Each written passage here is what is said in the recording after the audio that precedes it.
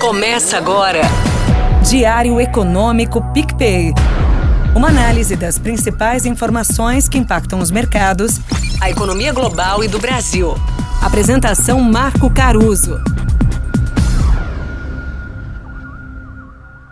Olá pessoal, bom dia. Hoje é terça, 14 de novembro de 2023 e esse é o seu Diário Econômico. A semana começou em câmera lenta nos ativos, até porque muita coisa vai ser definida entre hoje e amanhã. Um mercado que teve um pouco mais de emoção ontem foram as commodities.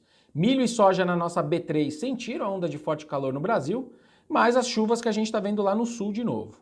A chuva em excesso reduz a expectativa de produtividade e a falta de umidade no centro-oeste atrasa a semeadura da soja, que acaba apertando a janela ideal do milho. Já no petróleo, além do Iraque apoiando os cortes de oferta que a gente viu na sexta, a OPEP aumentou a previsão de demanda para esse ano. Não é o que a gente está vendo nos dados chineses e americanos, mas enfim, o petróleo respondeu subindo pelo terceiro dia consecutivo. Bom, mas falando dos dados de hoje, vamos aí em ordem cronológica.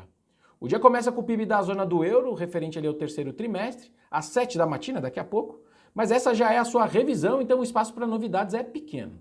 Na primeira leitura desse número, a região caiu 0,1% contra o segundo trimestre e ficou um pouco acima de zero contra o mesmo período do ano passado. Entre as quatro grandes economias da região, a Alemanha contraiu 0,1% e podia ter sido pior, a Itália conseguiu ficar no 0 a 0, enquanto a França e a Espanha avançaram. Desde março deste ano, o crescimento da zona do euro tem decepcionado por conta de 3 pontos mais ou menos. O preço alto do gás, que a gente viu de 22 para 23, o aperto do Banco Central Europeu e também o crescimento modesto da China, que acaba segurando o setor industrial deles. Para o restante do ano, a expectativa é de manutenção da estabilidade do PIB, ou seja, um grande 0 a 0 para a zona do euro. Mas para 2024, o ano pode ser melhor do que 2023. A China não deveria ser tão ruim, o ciclo de alta de juros supostamente parou e o preço do gás, até agora pelo menos, está cedendo perto de 35% no acumulado do ano. Só que um parênteses é interessante sobre o gás natural. Os Estados Unidos estão mirando agora as suas sanções diretamente para a capacidade da Rússia de exportar gás natural liquefeito. É a primeira vez que eles fazem isso.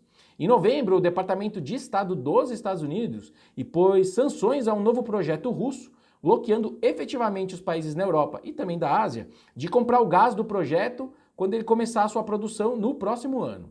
É preciso então entender o quanto que isso pode causar interrupções nos mercados globais de energia e, portanto, preços para cima, o que machuca a Europa.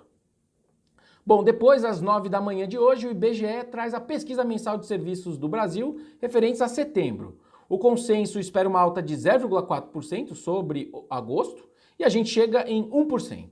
O número é importante porque no mês anterior a queda foi bastante expressiva de serviços, de 0,9% no mês, de um setor que tende a ter variações mais modestas.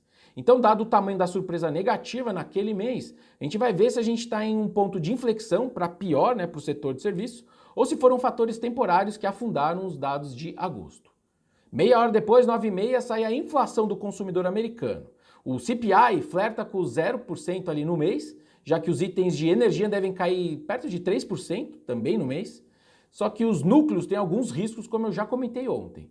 A variação dos aluguéis continua sendo um deles lá nos Estados Unidos, preço de aluguéis para cima, mesmo com alguns sinais de desaceleração.